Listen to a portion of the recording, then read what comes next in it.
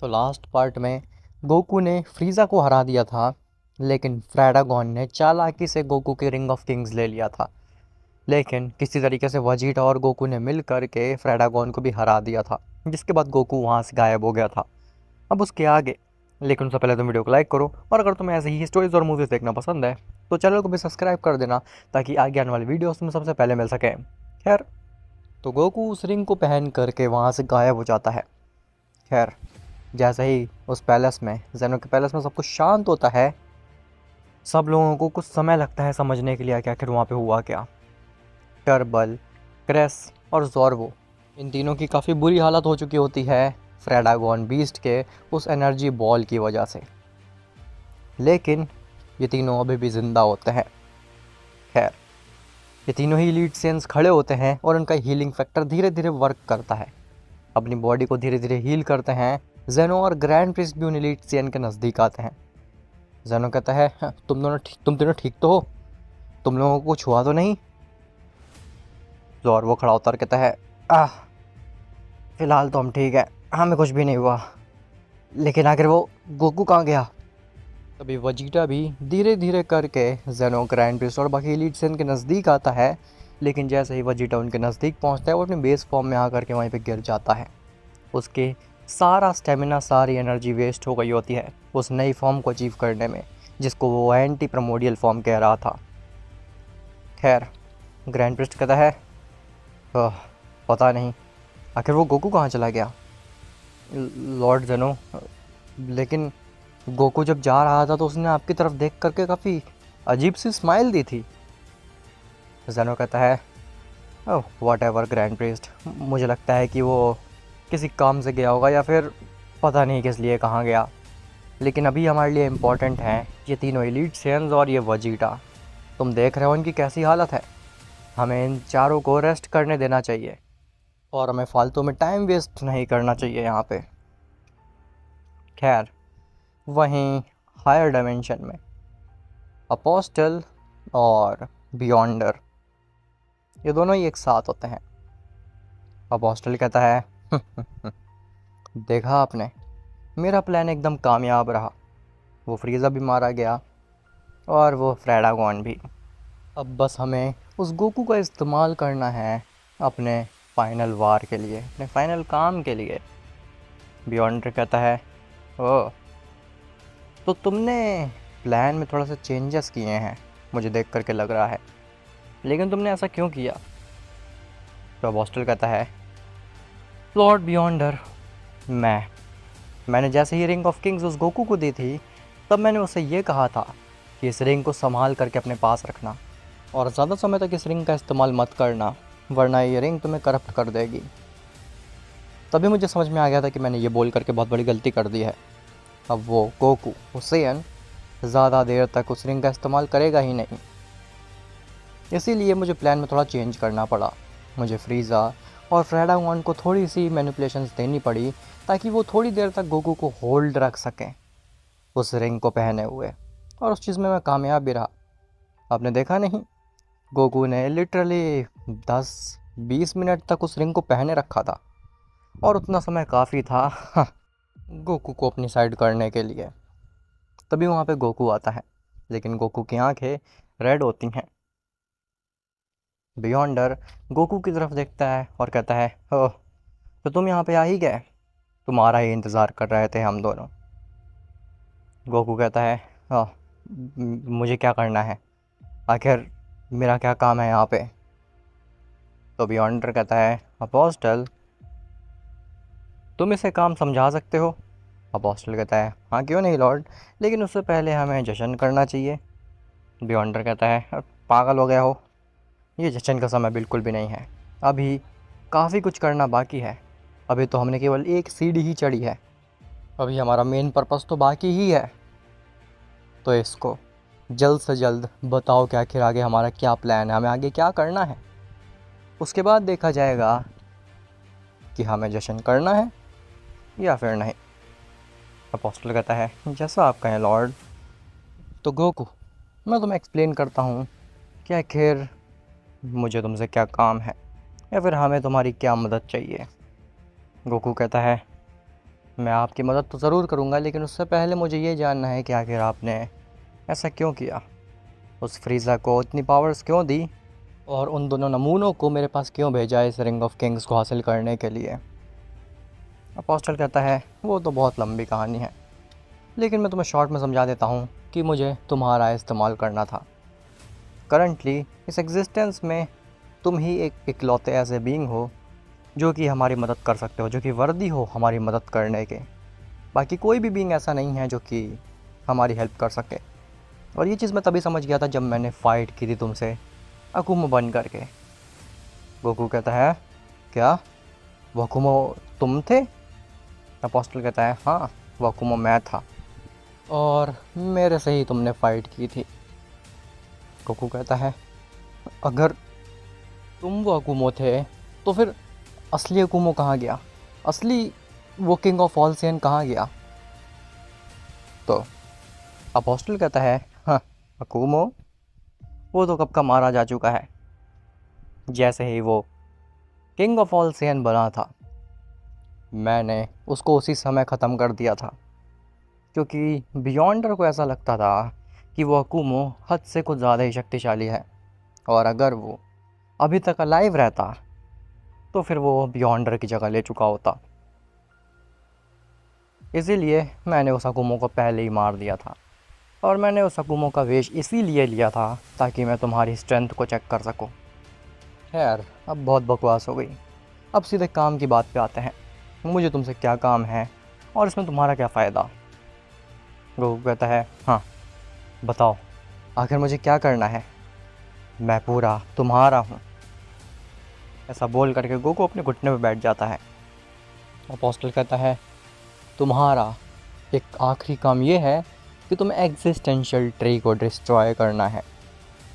Goku खड़ा होता और कहता है एग्जिस्टेंशियल ट्री? आखिर ये क्या चीज़ होती है? मैंने तो आज से पहले इसके बारे में बिल्कुल भी नहीं सुना है। ये कोई नई चीज़ है? तो अपोस्टल कहता है ना, ये चीज़ कोई नई नहीं है। एग्जिस्टेंशियल ट्री एक ऐसा ट्री है जो कि पूरी एग्जिस्टेंस को लाइफ देता है। पूरे एग्जिस्टेंस में जो बीइंग्स रह पा रहे हैं, हर टाइमलाइन में जो बीइंग्स रह पा रहे हैं, जो लाइफ पैदा हो पा रही है, वो इसी एग्जिस्टेंशियल ट्री की वजह से हो पा रही है। अगर वो ट्री डिस्ट्रॉय हो जाएगा तो फिर सभी टाइमलाइंस फ्री हो जाएंगी, और लॉर्ड बियॉन्डर भी अपनी इस डायमेंशन की बंदिशों से आज़ाद हो जाएंगे, जिसके बाद लॉर्ड बियॉन्डर इस डायमेंशन के बियॉन्ड जा सकते हैं और काफ़ी कुछ अचीव कर सकते हैं। गोकू कहता है लेकिन बियॉन्डर तो ऑलरेडी काफ़ी स्ट्रांग है और वो ऑलरेडी पूरे एग्जिस्टेंस पे कंट्रोल रखते हैं, तो फिर आखिर उनको ऐसा क्यों करना है? उनको इस डायमेंशन से बाहर क्यों निकलना है? बियॉन्डर कहता है तुम एक आम से मॉडल हो, तुम्हें ज़्यादा जानकारी लेने की कोई भी ज़रूरत नहीं है। समझ में आई मेरी बात? तुम्हें जितना कुछ पता चल रहा है उतना इनफ है तुम्हारे लिए। अपोस्टल कहता है एक मिनट लॉर्ड बियॉन्डर। तो गोकू, मैं जानता हूँ कि तुम काफ़ी ज़्यादा कंफ्यूज हो कि आखिर ये सब चल क्या रहा है और आखिर हम कराना क्या चाहते हैं तुमसे, इसमें तुम्हारा क्या फ़ायदा। तो वेल, बस इतना जान लो कि अगर तुमने उस एग्जिस्टेंशियल ट्री को डिस्ट्रॉय कर दिया और सभी टाइमलाइंस को फ्री कर दिया बियॉन्डर के साथ साथ, तो फिर हम तुम्हें और तुम्हारे पूरे प्लैनेट वासियों को, इवन तुम्हारे पूरे मल्टीवर्स को हमेशा के लिए अमर कर देंगे। ना ही कोई सेलेस्टियल, ना ही कोई हायर गॉड तुम्हारे मल्टीवर्स को डिस्ट्रॉय करने आ पाएगा, और तुम्हारी लाइफ एकदम स्मूथ चलती रहेगी इनफाइनाइट ईयर्स तक, जब तक तुम जीना चाहो। गोकू कहता है क्या वाकई में? वाकई में मैं अपनी नॉर्मल लाइफ जी पाऊँगा, वो भी इनफाइनाइट साल तक?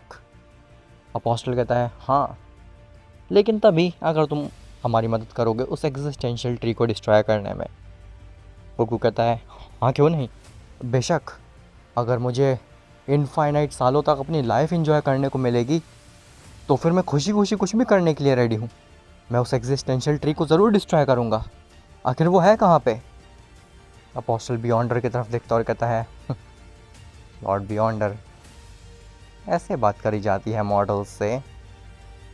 खैर गोकू, उस एग्जिस्टेंशियल ट्री को डिस्ट्रॉय कर पाना इतना भी आसान नहीं होगा, क्योंकि उस ट्री को प्रोटेक्ट करता है एक बीइंग। जो कि अनडिफीटेबल कहा जाता है। वो इतना स्ट्रांग है कि इवन लॉर्ड बियॉन्डर तक उसके पास नहीं जा सकते हैं। गोकू कहता है, हो क्या वाकई में वो इतना स्ट्रांग है कि वो बियॉन्डर तक को हरा सकता है और लॉर्ड बियॉन्डर उससे डरते हैं? बियॉन्डर कहता है, मैं किसी से नहीं डरता हूँ।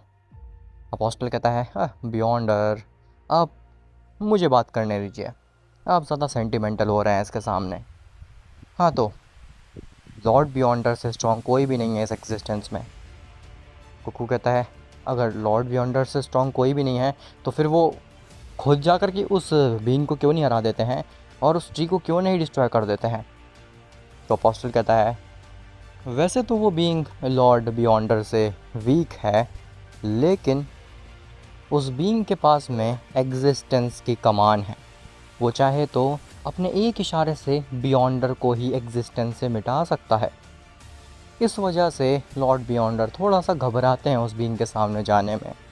बाकी वो बीइंग इतना स्ट्रांग नहीं है कि वो बियॉन्डर को हैंड टू हैंड फाइट में हरा सके। गोकू कहता है, ऐसा है तो फिर वो मुझे भी एग्जिस्टेंस से मिटा सकता है अगर मैं उससे फाइट करने की कोशिश करूँगा तो अपोस्टल कहता है, ऐसा बिल्कुल भी नहीं होगा। मैं अच्छे से जानता हूँ कि वो बीइंग तुम्हें तो इरेज नहीं कर सकता। गोकू कहता है, आखिर आखिर तुम इतने श्योर कैसे हो? अपोस्टल कहता है, वो तो जब मैं तुम्हें उस ट्री के पास ले जाऊँगा तब तुम खुद ही समझ जाओगे। लेकिन हाँ, याद रखना, जब मैं तुम्हें उस एग्जिस्टेंशियल ट्री के पास ले जाऊँ तो अपनी रिंग को गलती से भी उतारने की कोशिश मत करना, क्योंकि अगर तुमने एक बार इस रिंग ऑफ किंग्स को उस डिमेंशन में उतार दिया, उस एग्जिस्टेंशियल ट्री के सामने उतार दिया, तो फिर वो एग्जिस्टेंशियल ट्री तुम्हें अपने अंदर समा लेगी। ये रिंग तुम्हें प्रोटेक्ट करके रखेगी उस ट्री की एनर्जी से, उस ट्री की इमेंस एनर्जी से। गोकू कहता है, ठीक है, मैं रेडी हूँ उस ट्री को पूरी तरीके से डिस्ट्रॉय करने के लिए। जिसके बाद अपोस्टल गोकू को वहाँ से ले जाता है एक ऐसे डायमेंशन में जो कि पूरी तरीके से ग्रीन होता है। उस डायमेंशन में जितने भी स्काइज होते हैं वो सब ग्रीन होते हैं और वो जगह देखने में काफ़ी ज़्यादा कूल लग रही होती है। अपोस्टल जैसे ही गोकू को उस डायमेंशन में छोड़ता है, वो बिना कुछ बताए हुए वहाँ से गायब हो जाता है। गोकू कहता है, अरे आप कहाँ जा रहे हैं, मुझे बताइए तो आखिर मुझे कहाँ जाना है। लेकिन अपोस्टल बिना किसी चीज़ का जवाब दिए हुए वहाँ से गायब हो जाता है, मानो कि अपोस्टल किसी चीज़ से डर गया हो। खैर, गोकू अपने इर्द गिर्द देखता है तो उसे कोई भी ट्री जैसी चीज़ तो नहीं दिख रही होती। गोकू कहता है, हाँ ये डायमेंशन तो बड़ा अजीब सा है, लेकिन एग्जिस्टेंशियल ट्री नाम की तो कोई चीज़ दिख ही नहीं रही है मुझे यहाँ पे। तभी गोकू को एक डायरेक्शन से काफ़ी स्ट्रॉन्ग की आने लगती है। गोकू कहता है, ये की तो उस डायरेक्शन से आ रही है, मुझे डेफिनेटली इंस्टेंट ट्रांसमिशन करना चाहिए और देखना चाहिए कि आखिर ये की किस चीज़ की है। जिसके बाद गोकू अपनी आंखें बंद करता है और इंस्टेंट ट्रांसमिशन करके पहुंच जाता है उस की के पीछे। जैसे ही गोकू टेलीपोर्ट मारता है, वो देखता है तो उसके सामने एक काफ़ी बड़ा सा ट्री होता है ग्रीन कलर का, जिसके शाखाएं निकली होती हैं और वो शाखाएं अलग अलग मल्टीवर्स, अलग अलग डायमेंशंस, अलग अलग टाइमलाइन से जाकर के कनेक्ट हो रही होती है। गोकू कहता है, ओह तो ये है वो एग्जिस्टेंशियल ट्री। वो ट्री इतना ज़्यादा बड़ा था साइज़ में कि लिटरली पूरा मल्टीवर्स समा जाए उस ट्री के अंदर। गोकू उस ट्री के सामने एक रेत के दाने की तरह लग रहा होता है। गोकू कहता है, हाँ वो अपोस्टल और बियॉन्डर चाहते हैं कि मैं इस ट्री को डिस्ट्रॉय करूं। अगर मैं अपनी पूरी एनर्जी भी इस्तेमाल कर दूंगा तो भी मैं इस ट्री की एक शाखा को भी नहीं जला पाऊंगा। हाँ, लगता है उनसे कोई गलत फहमी हो गई है। तभी गोकू के सामने एक और गोकू आता है, लेकिन वो साइज़ में थोड़ा सा बड़ा होता है और वो थोड़ा ज़्यादा मैच्योर लग रहा होता है। रियल गोकू उस मैच्योर गोकू से कहता है, तुम कौन हो? तुम देखने में तो एकदम मेरी तरह लग रहे हो। तो वो मैच्योर गोकू रिप्लाई करता है, तुम बहुत बड़ी गलती कर रहे हो। यही सेम मिस्टेक काफ़ी सालों पहले, काफ़ी अरसों पहले मैंने भी की थी और तब से मैं यहाँ पे ट्रैप्ड हूँ, इस ट्री की रखवाली कर रहा हूँ। तुम भी वही गलती कर रहे हो गोकू। यही समय है, यहाँ से भाग जाओ वरना बहुत बुरा होगा।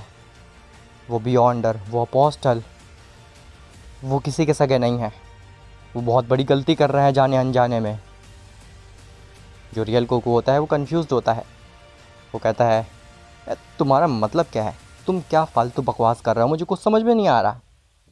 तभी उस मैच्योर गोकू की नज़र जाती है गोकू के हाथ में पहनी हुई रिंग ऑफ किंग्स के ऊपर। वो मैच्योर गोकू समझ जाता है कि अपोस्टल और फ्रेडागॉन ने पूरी तरीके से गोकू को अपने जाल में फंसा लिया है। वो मैच्योर गोकू कहता है, हाँ अब कुछ नहीं हो सकता, तुम्हें उन लोगों ने अपने वश में कर लिया है और अब ये लूप दोबारा से चलेगा। गोकू कहता है, लूप? कैसा लूप? फालतू बकवास मत करो, मुझे बताओ क्या कि तुम हो कौन और तुम मेरी तरह कैसे दिख रहे हो? मैच्योर गोकू कहता है, मैं भी गोकू ही हूँ, लेकिन मैं फ्यूचर से हूँ और मैं दूसरी टाइम लाइन से हूँ। मेरे साथ भी सेम वही चीज़ें हुई थी जो तुम्हारे साथ में हुई हैं। मेरी लाइफ में अकूमो आए थे, वो एलीट सेयन्स आए थे, मुझे ये रिंग ऑफ किंग्स मिली थी और मैंने भी यहाँ पे आकर के एक गोकू को हराया था जो कि पहले से यहाँ पे था। और मैंने भी इस ट्री को बर्न करने की कोशिश की थी, इस ट्री को डिस्ट्रॉय करने की कोशिश की थी, लेकिन उस चीज़ में नाकामयाब रहा था। मैं 0.01% भी इस एग्जिस्टेंशियल ट्री को नहीं जला पाया और तब से मैं यहाँ पे ट्रैप्ड हूँ। इस एग्जिस्टेंशियल ट्री की रखवाली कर रहा हूँ, इनको बाकी गोकू से प्रोटेक्ट कर रहा हूँ ताकि ये लूप ख़त्म हो सके। गोकू कहता है, लूप? वैसे तो तुमने जो कुछ भी बोला है मेरे दिमाग के ऊपर से गया है, लेकिन मैं इतना ज़रूर समझ गया हूँ कि तुम दूसरी टाइमलाइन के गोकू हो और तुम इस एग्जिस्टेंशियल ट्री की रखवाली कर रहे हो और मेरे ख्याल से अपोस्टल तुम्हारी ही बात कर रहे थे। खैर, अब बाकी मुझे ज़्यादा दिमाग नहीं लगाना, मुझे ज़्यादा दिमाग लगाने की वैसे भी आदत है ही नहीं। मैं तुम्हें ख़त्म करूँगा, उसके बाद इस एग्जिस्टेंशियल ट्री को डिस्ट्रॉय करूँगा, उसके बाद जाऊँगा अपने प्लेनेट में, अपने मल्टीवर्स में इनफाइनाइट सालों तक एंजॉय करूँगा। वो फ्यूचर को कहता है, मैं तुम्हें लास्ट वार्निंग दे रहा हूँ, तुम पछताओगे ऐसा करके, प्लीज़ ऐसा मत करो। गोकू कहता है, हाँ वॉट एवर। ऐसा बोल करके गोकू रेज करता है और अपने true primordial infinity dark form में ट्रांसफॉर्म हो जाता है। फ्यूचर गोकू कहता है, मुझे लगता है कि अब मेरे पास में और कोई ऑप्शन नहीं है तुम्हें रोकने के अलावा। अगर मैंने तुम्हें नहीं रोका तो ये लूप चलता ही रहेगा हमेशा के लिए। ऐसा बोल करके वो फ्यूचर गोकू ब्रेज करता है और उसके पास में भी सेम प्राइमोर्डियल इन्फिनिटी फॉर्म होती है। गोकू ये देख करके खुश हो जाता है। गोकू कहता है, वो तुम्हारे पास में भी सेम प्राइमोर्डियल इन्फिनिटी फॉर्म है, तुमने ये कैसे अचीव किया? तुम पहले ऐसे बीइंग हो जिसको मैंने इस फॉर्म को अचीव करे हुए देखा है मेरे अलावा?